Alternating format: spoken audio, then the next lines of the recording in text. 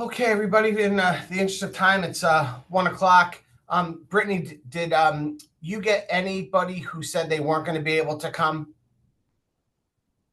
No, I didn't. Right in the middle of winter, lots of people. Okay, so without further ado, I don't think this is going to be a relatively long meeting. So I think we'll be able to move through the agenda pretty quickly. Why don't we just go around quickly and do some introductions just for the record. I'm Joe DeTuno. I'm the Director of Family Services, part of the Connecticut Judicial Branch. Shauna, do you want to go next? I'll just read the participants off the list. Hi, everyone. Shauna Harrington, Director of Legal Advocacy at CCDB. Gail Hardy. Good afternoon, everyone. Gail Hardy, and I am the Chief State's Attorney's designee. Merritt LaJoy. Good afternoon, Merritt LaJoy, Complaint Officer for the Office of the Victim Advocate. Ginger Wilk. Good afternoon, I'm Ginger Wilk. I'm the Senior Director at Family Reentry, Community Resources for Justice. And Johanna Canning. Good afternoon, Johanna Canning for the Division of Public Defender Services. And Brittany. Hi, everyone. My name is Brittany Broberg. I'm the Criminal Legal Advocacy Manager over here at CCADB. Okay. So as many of you know, Shauna Harrington is now the co-chair of another subcommittee. She took the place of Jerry Wild, who is now a big shot over at CCADV and can't do the subcommittees anymore. So Shauna is going to be that co-chair. So in her place, I am going to make a recommendation that Merritt LaJoy, who has been on our offender standards subcommittee since the beginning, take her place. So I'd like to raise that as a recommendation, and I would need a person to second that appointment. I second that. Okay. And we have to do a vote. So all in favor of Merritt taking over as the co-chair, please signify by saying aye. Aye. Hi. Anyone opposed? Okay, so Merritt, welcome aboard. Thanks, Joe. Welcome. I'm glad you are taking on this responsibility. So now that Merritt is now the co-chair, we'll move into the meeting, and we need to review and approve the previous minutes that were set out by Brittany. Did everyone have a chance to review them?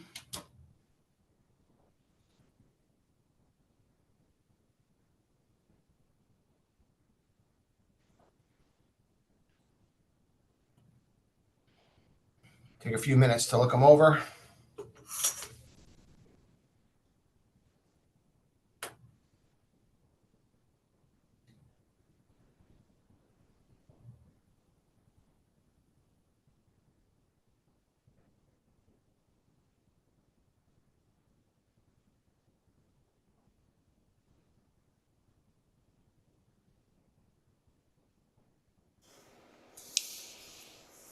I'll make the motion that the minutes from the last meeting be approved.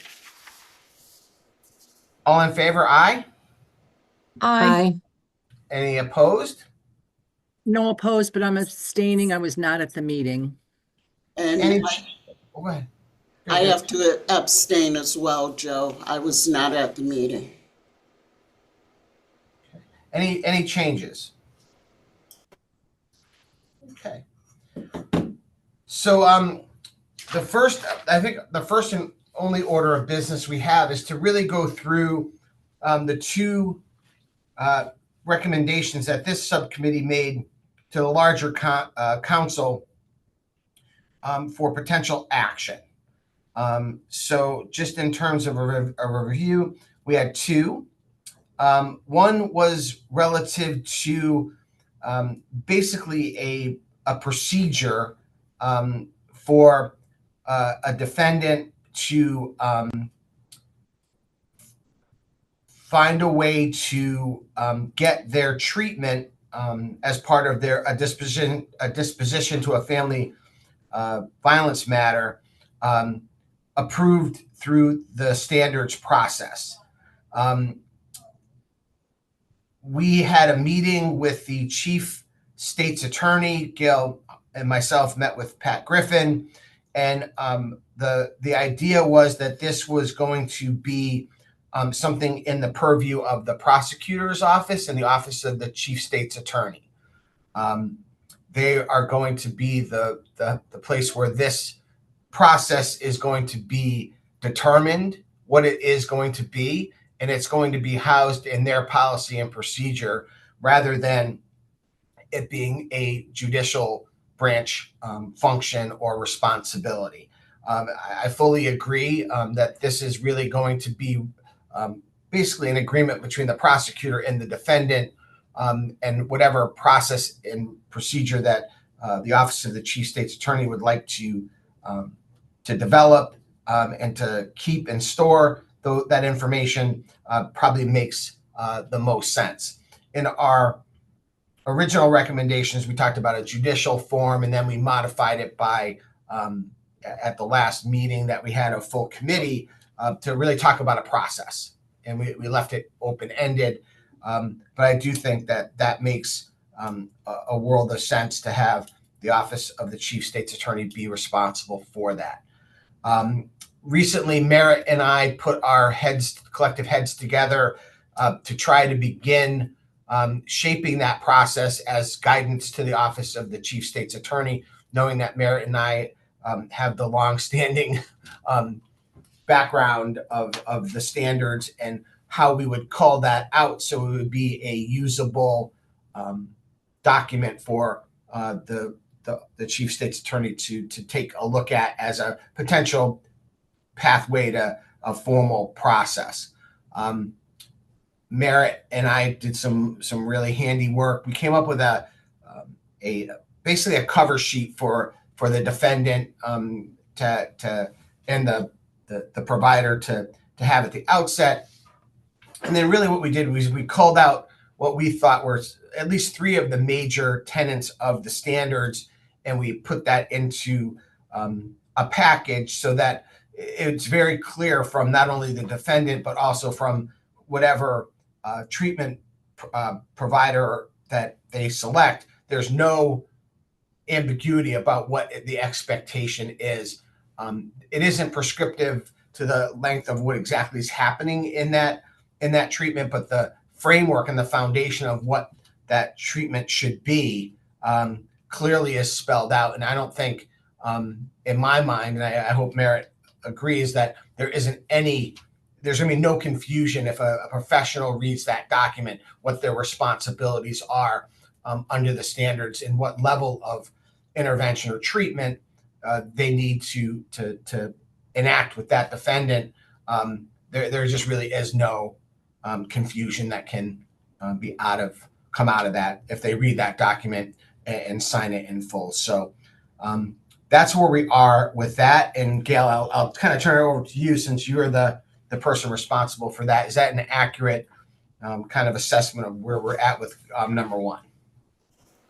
Yes, it is, Joe. And thank you, Joe, and you, Merritt, for putting that together for the Division of Criminal Justice. As prosecutors, we retain the discretion to resolve cases as we see fit and as we see just.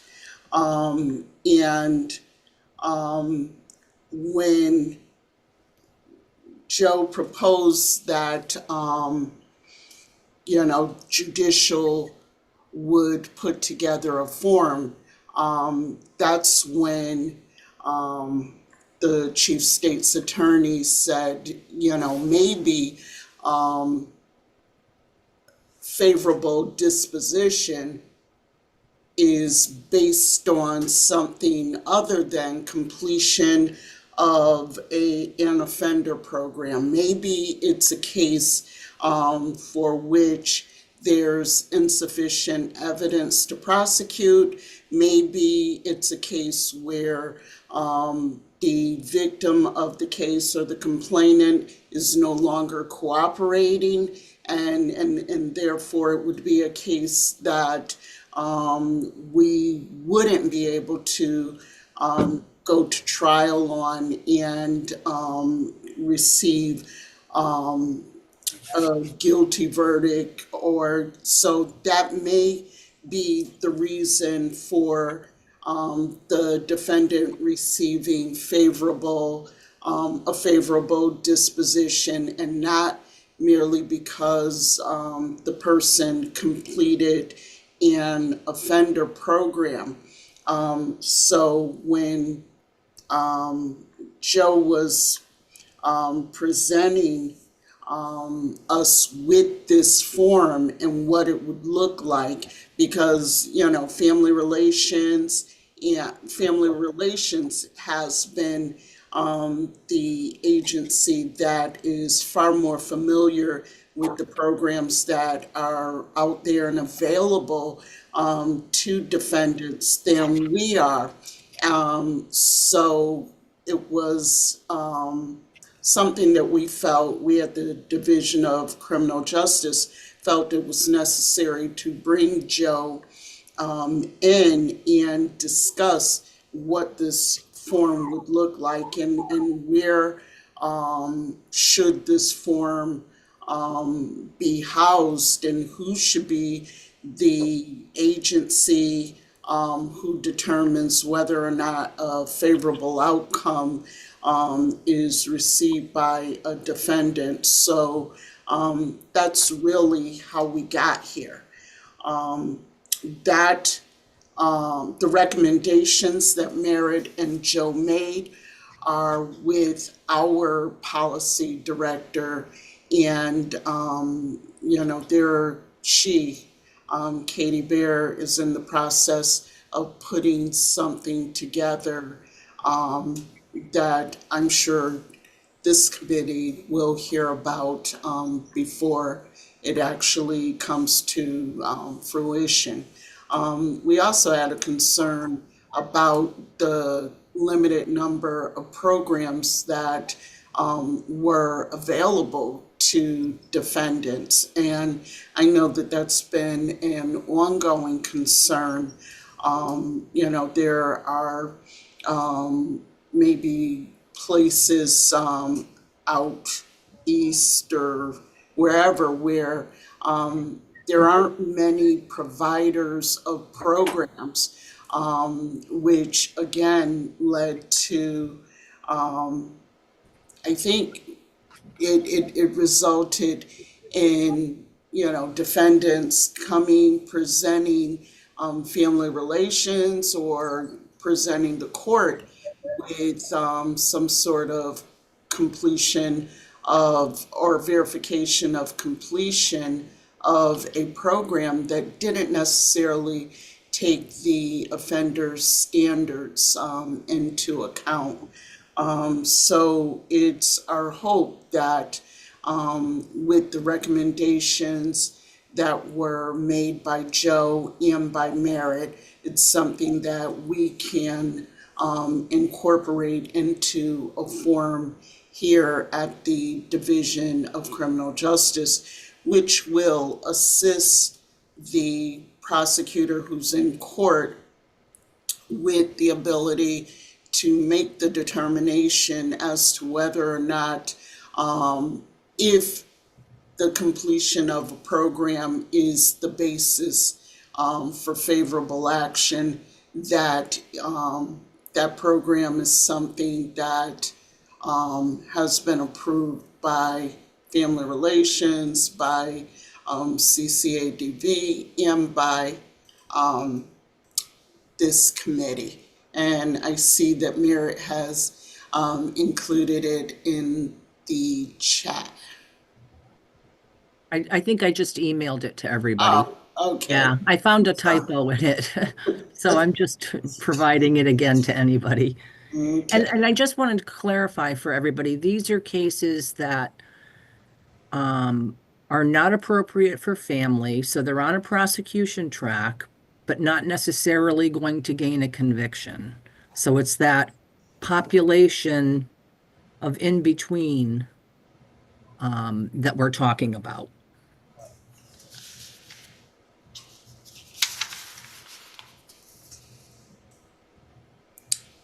That's all I have, Joe. Okay. Well, thank you for that, Gail. I appreciate it. And I appreciate the collaboration.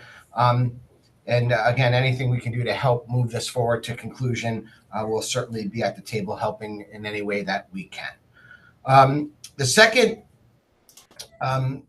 recommendation was about the pretrial supervised diversionary program for people who are charged with a family violence crime. And I know that there was some interaction between CCADV and the public defender's representative and maybe their office. I'm not sure about the language about that. And I think I believe, and Shauna, please help correct me if I'm wrong.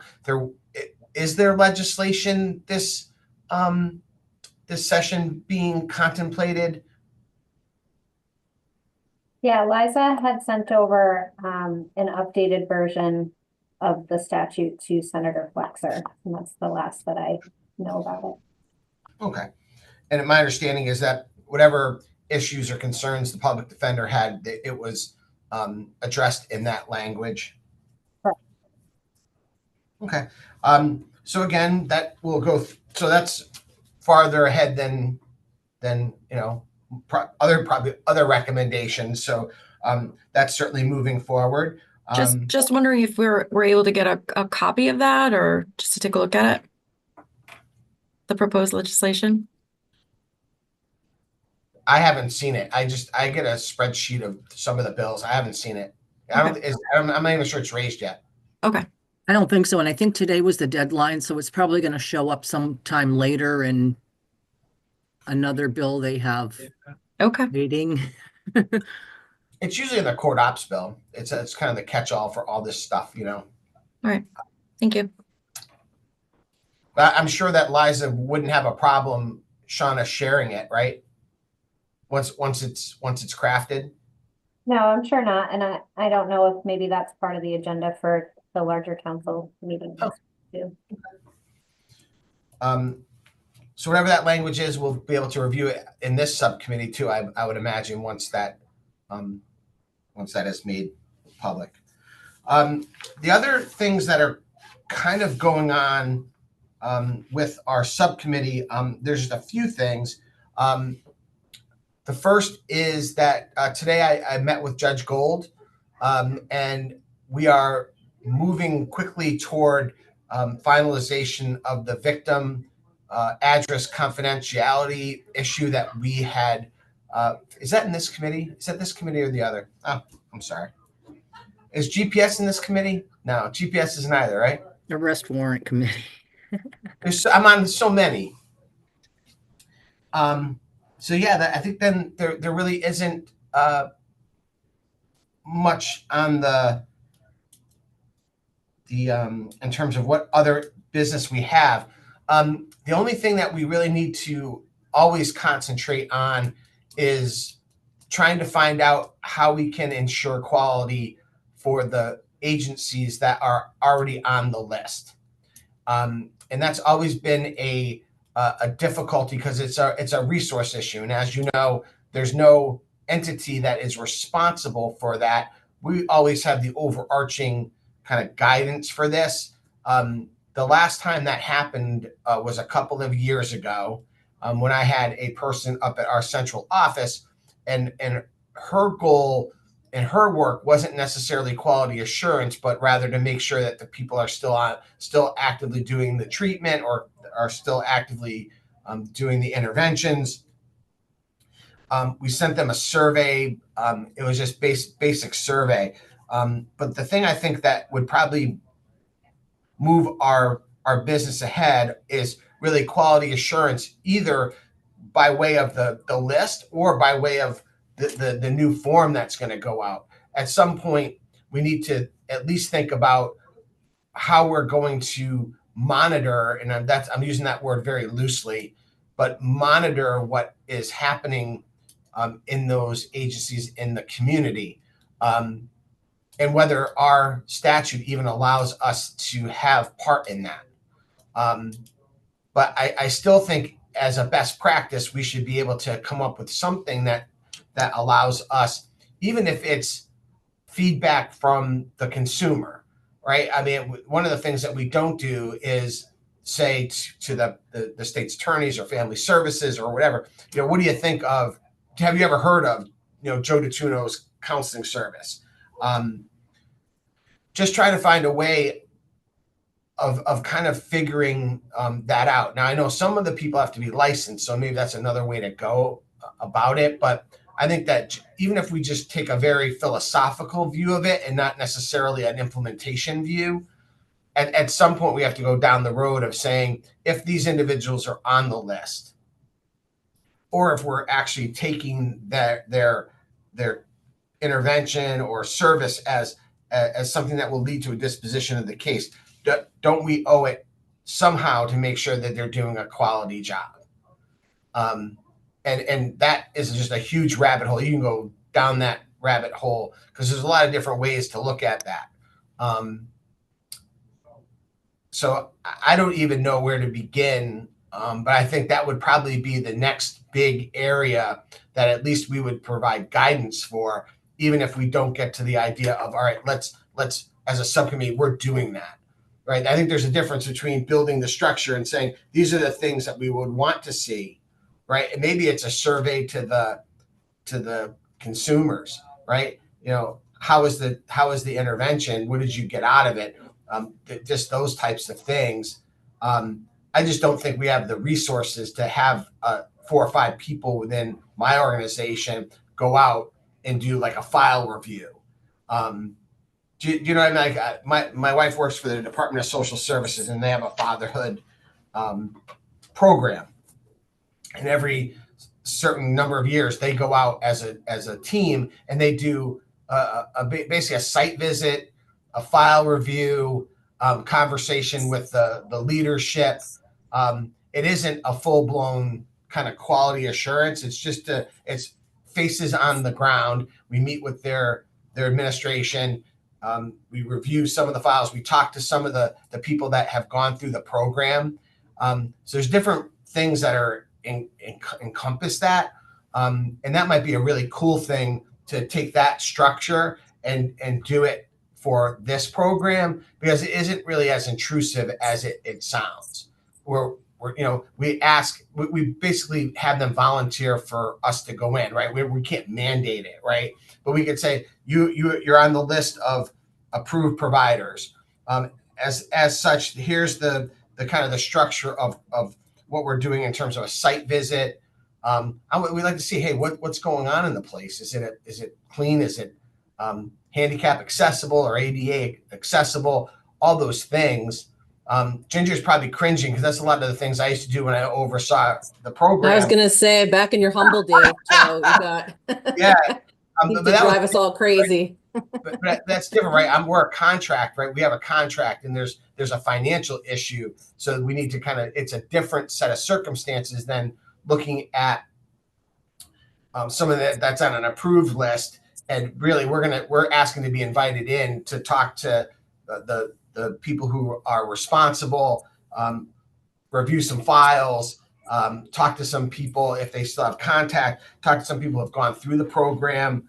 I just think those are the things that would be very helpful as maybe a step before what I used to do when I used to torture Ginger and Bill at their shop, where I used to come in and that was an all-day affair where you read monthly reports and things like. I don't think we're ever going to get to that point because that's a huge resource. But I do think that we might have the ability, because of the response that we got a couple of years ago. People were emailing and they were saying, yeah, this is what we're doing. So that might be the next step. But it's certainly something that I would like this subcommittee to start thinking about just not in terms of implementation, but what we would see as, something that would be down the road of quality assurance, but knowing that the people on this list get no money from the state, they get there's nothing that is really that connection other than being on that list. So that, in my mind, is kind of the next frontier as we look at this. And I also think, Merritt, if you remember, that part of the standards wasn't as clear as maybe we would want it to be. I think we said that they would agree to hire CCADV, right, or some community agency to do an assessment, right? Yeah, or some sort of an audit or something. I don't remember what it was called, but yeah.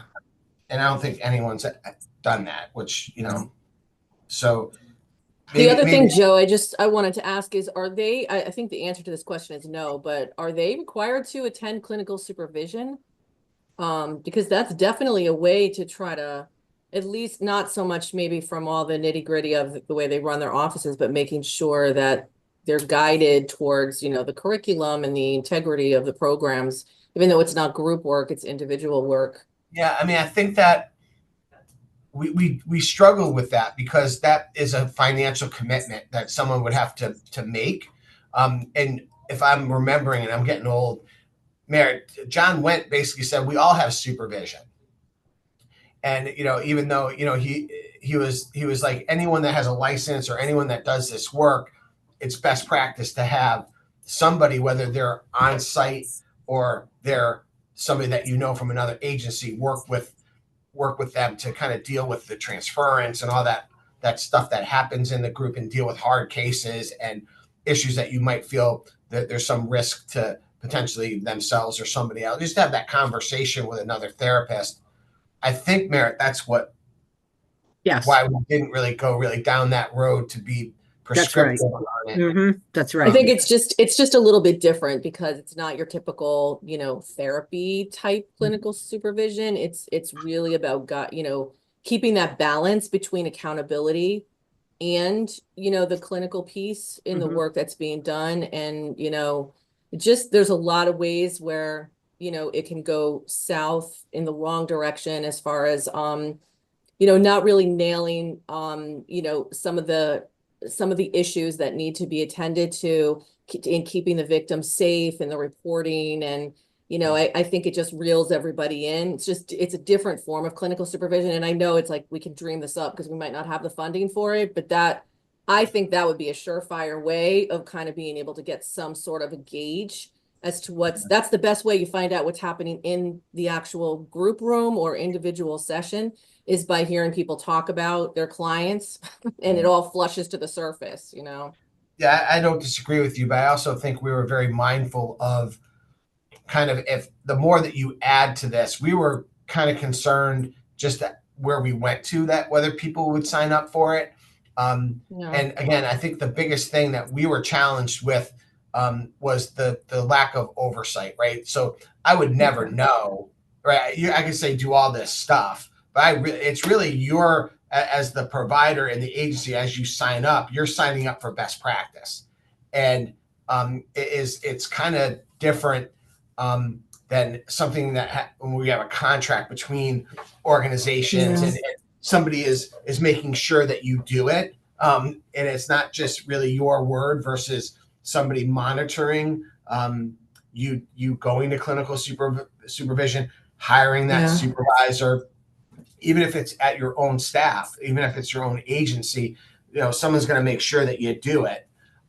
We were just so challenged with, putting out best practice. And I think that when we got to that part of auditing and those types of things, we just kind of got to the point where it was such a challenge. And there was a lot of disagreement at that level about who should do it and how it should be done. So, and I think, frankly, that's why our list is as short as it is, because of some of the challenges that we, and that's what John White said to us, basically. Yeah. That Because makes a lot sense. of and we were going down like licensure and things like that, Right. And quite honestly, Sean and I did a pretty comprehensive look at each GA court. We asked for input from the prosecutor, public defender, family services, what's out there. The tried and true batter intervention program that used to be in the community fee for service just doesn't happen anymore. And because it's so expensive to run the groups, that I would imagine even if you did a fee for service, that the cost would be so prohibited for 90% of the individuals. I mean, in our programs, we couldn't even get them to give $5 or $10 a session. Think about if they had to pay the full 400 or whatever the actual cost is. It becomes very difficult. In other states, there's some subsidy from a victim compensation fund that funds the people who can't afford it. But I just don't think in Connecticut, because we have Evolve and Explore and the state pays for that, to add that other layer of paying for fee for service just wouldn't work, given the other victim issues that were really problematic at the time. Shelter, just the basics in Connecticut over the years were so hard to take a victim compensation fund and not give it directly to a victim. It was a challenge then when we were contemplating it. And I think we also, I know I keep saying it, but I think we also need to have this online, these online programs prohibited, because I just don't, talk about quality control. We have no control over that. Yeah. So I hope we have to prohibit. We have to just outright prohibit any online program. It wouldn't be appropriate. My hope is that with this packet that we've come up with, that it really then is on the defendant to have something that really kind of outlines very clearly what our expectations are as the DV standards.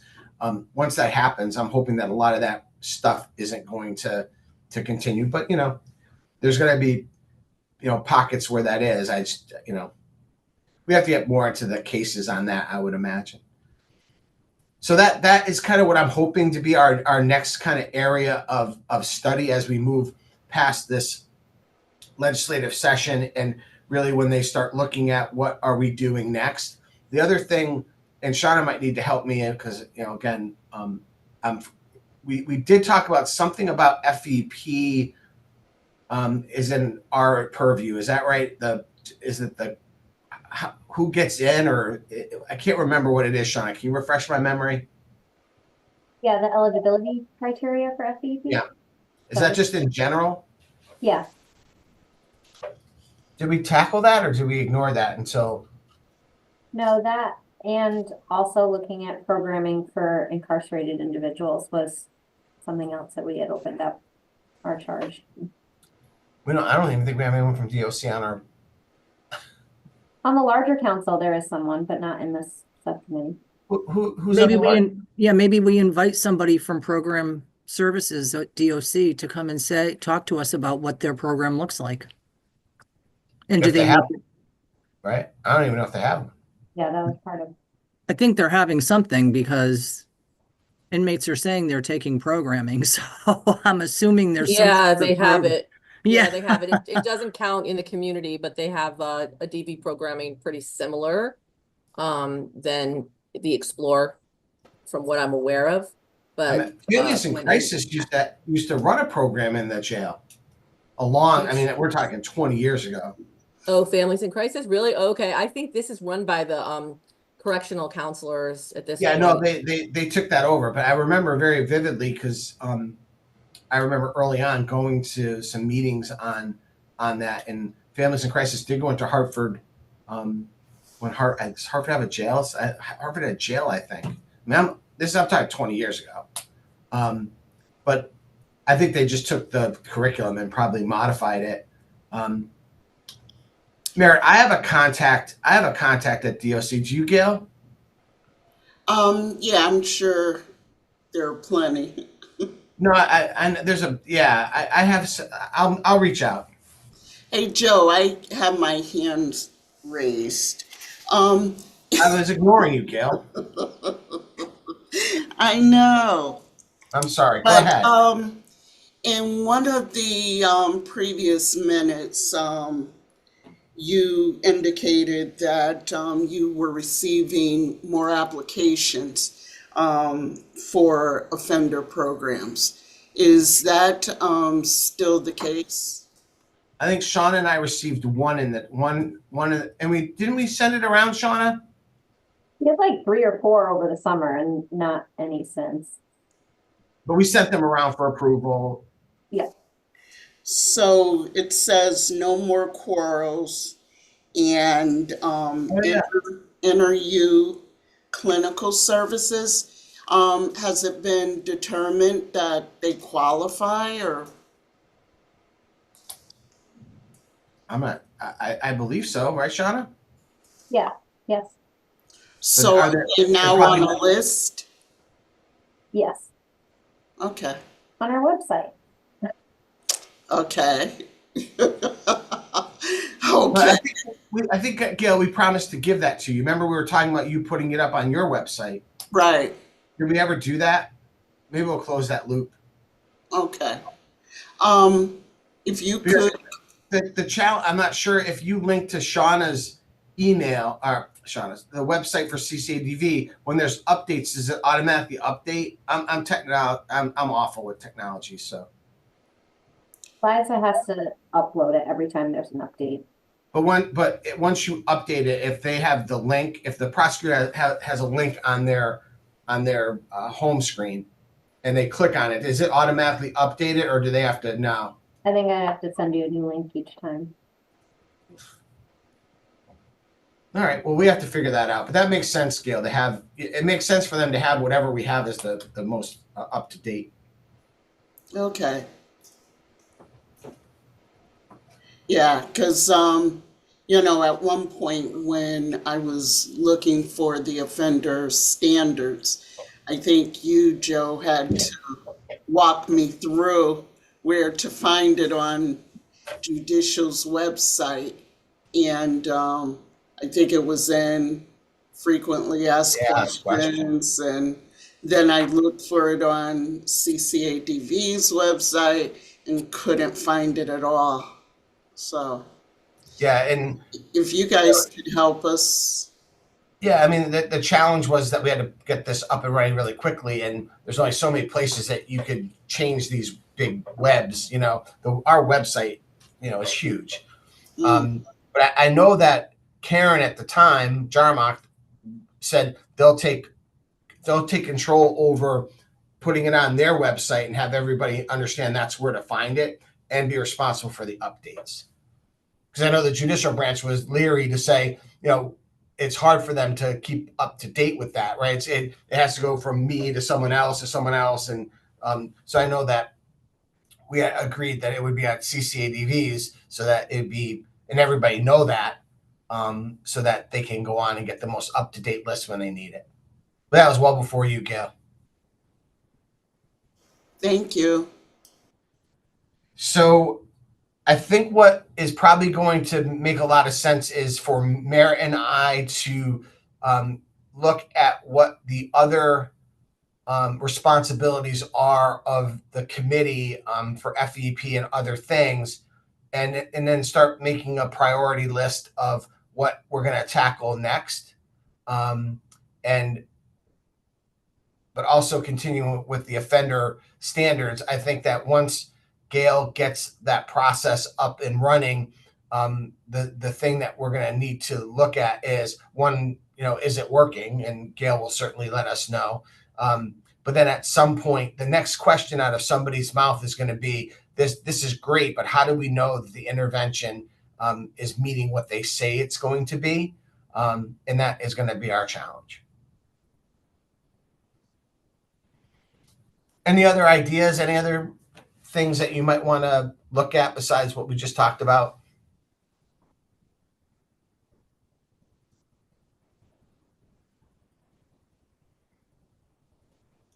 So our next big committee meeting is the 26th. Is that correct, Yes, Shauna? Oh, and that is still virtual, right? or is that in person? Hybrid. It's so the 26th is hybrid? Correct. Okay. And then for our subcommittee, the next meeting is the 19th? Yes. That's a Wednesday, right? Yes, and that'll be fully virtual again. Okay. All right. So between now and then, Merritt and I will meet, and hopefully at that next meeting, we'll have some ideas that have more meat on the bone, so to speak, about what we want to tackle moving forward as a subcommittee. Does that make sense to everyone? Yes. Okay. I don't think there's any other, is there any other business?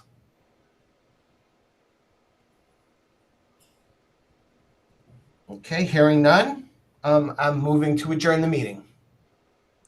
Second it. Thank you everyone for your time. I appreciate y'all. Talk to you soon. Good See ya. afternoon.